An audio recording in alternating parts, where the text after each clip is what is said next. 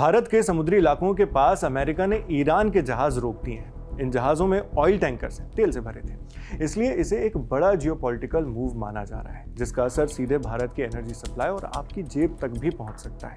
Reports के मुताबिक US forces ने कम से कम 3 Iranian oil tankers Dorena, deep sea और सेवन को एशियाई समुद्रों में इंटरसेप्ट किया। इनमें से दोरेना, जो कच्चे तेल के करीब 2 मिलियन बैरल्स लेकर चल रहा था, उसे भारत के दक्षिणी तट के पास ट्रैक किया गया है। यह जहाज अब इंडियन ओशन में यूएस नेवी डिस्ट्रॉयर की नजर में सर्वेलेंस किया जा रहा है। इसके अलावा बाकी 2 सेवन और डीप सी को मलेशिया के पास रोका गया है। ऐसे में यहाँ एक और डिटेल इंपॉर्टेंट है। एक टैंकर देरिया भारत में तेल अनलोड नहीं कर पाया। वजह यूएस के नियम। अमेरिका ने ईरान से तेल खरीदने पर अपने सैंक्शंस में जो छूट दे रखी थी, वो वेवर खत्म हो गया।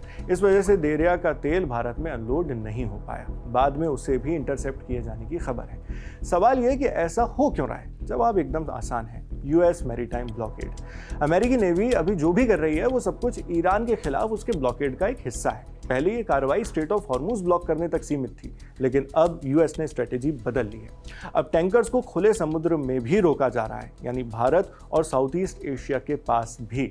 इंटरनेशनल न्यूज एजेंसी रॉयटर्स के मुताबिक ये कदम फ्लोटिंग माइंस के खतरे को कम करने और ईरानियन ऑयल एक्सपोर्ट को पूरी तरह रोकने के लिए लिया जा रहा है। पर चूंकि इंडियन ओशन में भी ईरान के खिलाफ यूएस ने अपने ऑपरेशंस बढ़ा दिए हैं, इसलिए यहाँ इंडिया एंगल सबसे अहम है। अब तक एक टैंकर भारत के कोस्ट के पास इंटरसेप्ट किया गया, एक टैंकर भारत में अनलोड नहीं किया जा सका और भारत के आसपास की शिपिंग रूट्स भी प्रभावित हो रही हैं। ऐसे में इंडिया अब इस कॉन्फ्लिक्ट के इंपैक्ट जोन में आ चुका है, भले ही वो डायरेक्टली इसमें इन्वॉल्व ना हो। और जाहिर है कि इसका असर भी इंडिया पर पड़ेगा। कैसे, ये भी देखते हैं।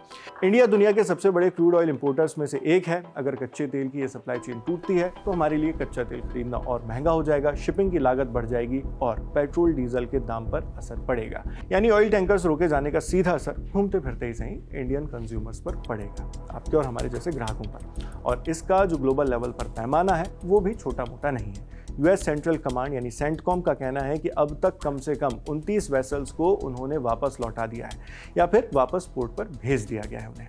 इसका मतलब है कि ईरान के 3 ऑयल टैंकर्स वापस भेजना इकलौती ऐसी घटना नहीं थी जो अभी हुई। ये बहुत लार्ज स्केल पर हो रहा है। और दूसरी तरफ ईरान क्या कर रहा है? रिपोर्ट्स के मुताबिक ईरान ने कुछ शिप्स पर फायरिंग की है, 2 कंटेनर वेसल्स सीज कर दिए हैं। और ये सब तब हो रहा है जब टेक्निकली ईरान और अमेरिका के बीच सीज फायर लागू है। अभी कैसा युद्ध विराम है, ये बात दुनिया भर के एनालिस्ट समझने में लगे हैं। इसी युद्ध विराम या सीज फायर को US president Donald Trump extend भी कर चुके हैं। वजह बताई कि वो बातचीत आगे बढ़ाना चाहते हैं, लेकिन ग्राउंड पर जो एक्शंस लिए जा रहे हैं वो बता रहे हैं कि तनाव कम नहीं हुआ है, बढ़ ही रहा है। बस हमले अब गोला बारूद वाले सीधे नहीं हैं। ऐसे में पूरी पिक्चर यह है कि अमेरिकन ब्लॉकेड अब एशिया तक, भारत के करीब तक फैल चुका है। भारतीय समुद्री क्षेत्र के नज़दीक भी टैंकर्स इंटरसेप्ट किए जा रहे हैं। ग्लोबल ऑयल फ्लो बाधित हो रहा है। जवाब में ईरान अग्रेसिव हो रहा है और बातचीत आगे नहीं बढ़ पा रही है। कुल मिलाकर संकेत ये मिल रहे हैं कि ईरान और अमेरिका के बीच का टकराव जल्दी खत्म नहीं होने वाला। ऐसे में आगे जो भी बड़े अपडेट्स आएंगे वो भी हम आप तक इसी तरह पहुंचाते रहेंगे। आप इस पूरे मामले पर क्या सोचते हैं, कमेंट बॉक्स में लिखकर बताइएगा। मैं हूं शेख नावीद, देखते रहिए लल्लन टॉप।